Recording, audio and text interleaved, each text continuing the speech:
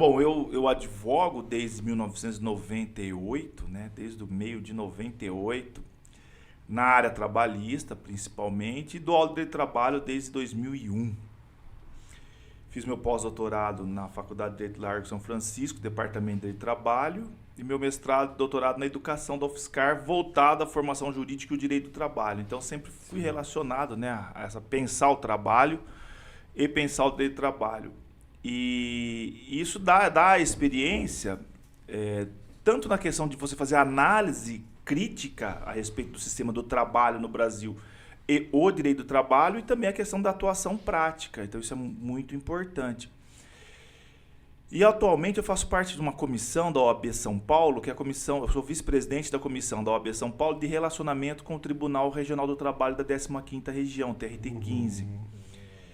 Então isso é importante, é muito rico, porque a gente consegue compreender também como a estrutura, quais são as dificuldades da estrutura judiciária e como pensam, né? E como pensam os juízes, como pensa o advogado que advoga para o empregado, o advogado que advoga para a empresa como empregado ou contratado, e até mesmo quem atua em departamento pessoal, o empresário. Então a gente tem esse contato muito forte. E o Brasil, nós estamos num período de transformação das relações de trabalho. Isso é muito, tanto nas relações de trabalho, como também na legislação trabalhista. A gente passa por uma transformação, e é interessante que a gente passa por uma transformação também ou uma alteração ideológica de pensamento, de ideias. As visões de mundo, elas se alteraram.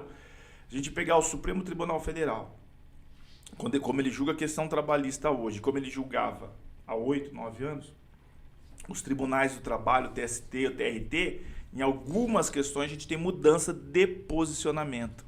Então muda a forma que a gente chama de jurisprudência, né? Ou a forma de interpretar o direito. Ah, que bacana. E até essa geração nova está vindo com um pensamento totalmente diferente, que o mercado também tem que se enquadrar nisso, né? E talvez até a lei, um momento um pouco mais futuro, né? A nova geração é interessante. A forma como você ensina direito, ela alterou, né, como base da forma que ensinava ou pensava o direito no passado, e também a questão do mercado de trabalho, né, as múltiplas frentes. Então você tem hoje muitas opções para o advogado, ou para quem vai para o departamento pessoal trabalhar nessa questão de gestão, e a forma como eles compreendem também e enxergam a realidade. Doutor, a legislação foi alterada com bastante profundidade nos últimos anos. Isso. Né? Hoje parece que a CLT não é muito mais o sonho do brasileiro, né? Parece que houve essa mudança de pensamento.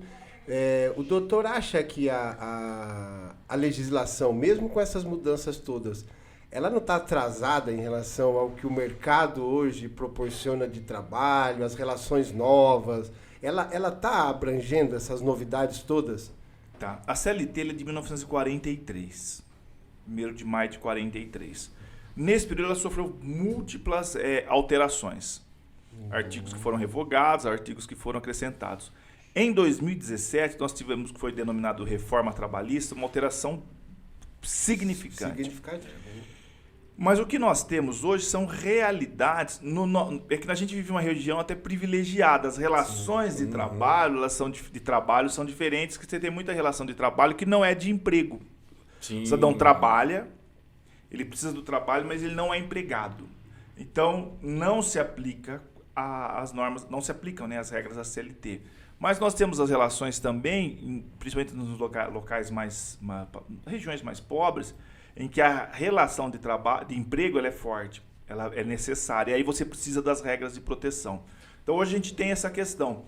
Tem aquele público que não quer trabalhar com carteira assinada, porque ele entende que tem que ter uma liberdade maior, que são os microempreendedores que acabam até fazendo o contrato de prestação de serviço a uma empresa, como pessoa jurídica, trabalha em home office, não quer o vínculo, e tem aquelas pessoas que ainda culturalmente ou precisam do vínculo de emprego. Então a CLT, ela teve essa evolução, né? Os artigos acabaram em 2017 em diante, ela acabou tendo uma evolução, mas existe também um projeto de código do trabalho, Então nós temos hoje o Código Civil, nós temos o Código Penal, o Código Tributário. Existe uma ideia de se criar um Código do Trabalho. Que é diferente de emprego. Ou não? Então, aí no caso, interessante isso. O trabalho a gente chama de gênero, o emprego mais pé. O empregado é aquele que tem a pessoa que vai ela pessoalmente, então tem uma pessoa natural com pessoalidade, ela é subordinada à estrutura da empresa, a subordinação jurídica, ela recebe, óbvio, por isso, e aí o trabalho ele é contínuo, não é eventual. E os riscos da atividade econômica é do dono do empreendimento. O empregado não assume, esse trabalhador não assume risco nenhum. A gente chama de alteridade. Esse é o empregado. Já o trabalhador não empregado, ele pode se substituir, ele pode ter um preposto, um empregado, alguém que faz o serviço para ele. Muitas vezes, o risco do negócio é dele. Por exemplo, o cidadão que trabalha fazendo projetos para uma empresa. Então, os equipamentos de trabalho é dele, os programas de trabalho é desse trabalhador. Então, não é empregado. Mas o que se pretende é fazer um código para disciplinar tanto o empregado e regulamentar algumas questões também do trabalho não empregado. Entendi. E como é que fica a cabeça do advogado hoje? Porque da pandemia teve um grande boom de home office, de pejotização do trabalho, etc. E hoje parece que algumas empresas estão querendo voltar aos ambientes físicos, né? Tá querendo meio que retornar o pré-pandemia. Como é que fica hoje essa questão? Quando em sala de aula eu brinco com os alunos, quando eu fazia curso de Direito, o livro era fininho. O mais grosso tinha 300, 400 páginas. Hoje, você tem livros de Direito do Trabalho, tem 2 volumes, 3 volumes. Então, você só não tinha consegue... um jeito, né? Você vai na empresa trabalhar e acabou, eu né? falo o arroz e feijão bem feito. E eu brinquei em sala de aula ontem. Falei, antes a gente fazia o arroz e feijão bem feito. Hoje você tem muitas questões. Muitas questões que são que o Direito do Trabalho ele tem alcançado. Por exemplo, a questão do assédio sexual, o assédio moral, que antes você não discutia quase isso na Justiça do Trabalho. A questão das minorias, a questão do negro no mercado de trabalho, já vem entendimento. O racismo recreativo, por exemplo, você tinha isso, não se falava isso. Hoje você tem muitas questões. Dando moral, o Justiça do Trabalho não julgava. Então, acrescento, como faz isso? Tem que ter uma capacidade de atualização muito forte. E a empresa, uma observação que eu faço, ela tem que ter um departamento pessoal, ou próprio, alguém no RH, eu digo interno, que tenha esse conhecimento, ou se contrata um escritório terceirizado, esse escritório tem que ter alguém que tenha esse conhecimento em gestão de pessoas.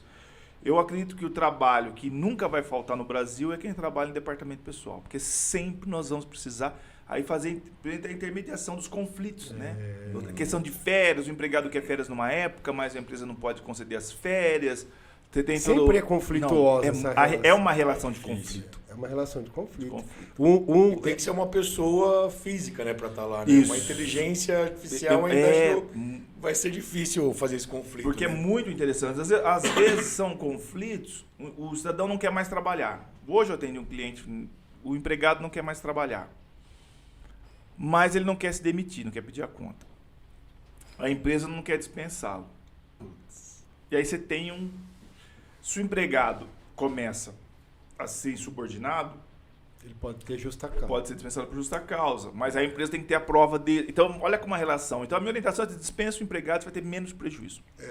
Que depois enfrentar um processo. Porque uma justa causa é muita coisa para dar uma justa causa. Né? Então, essas questões que o empresariado ele tem que tomar cuidado, porque às vezes o cidadão acaba tendo um empregado e nem sabe que é empregado, ele acha que a gente fala hoje o colaborador, o pessoal fala, né? Ele me auxilia, ele de repente pode ser empregado, pode entrar com uma ação judicial e caracterizar vínculo de emprego, aí você tem todos os encargos trabalhistas, e aí tem um impacto na folha, né? Na folha não, né? Na empresa que vai ter que pagar, um eventual acidente, a pessoa escorregou num acidente de trabalho, você tem toda uma questão de impacto. Engravidou. É muito comum. A pessoa vai trabalhar, por exemplo, ela vai ficar 2 meses aqui como se fosse uma experiência, entre aspas, engravidou. Não pode desligar. Verdade.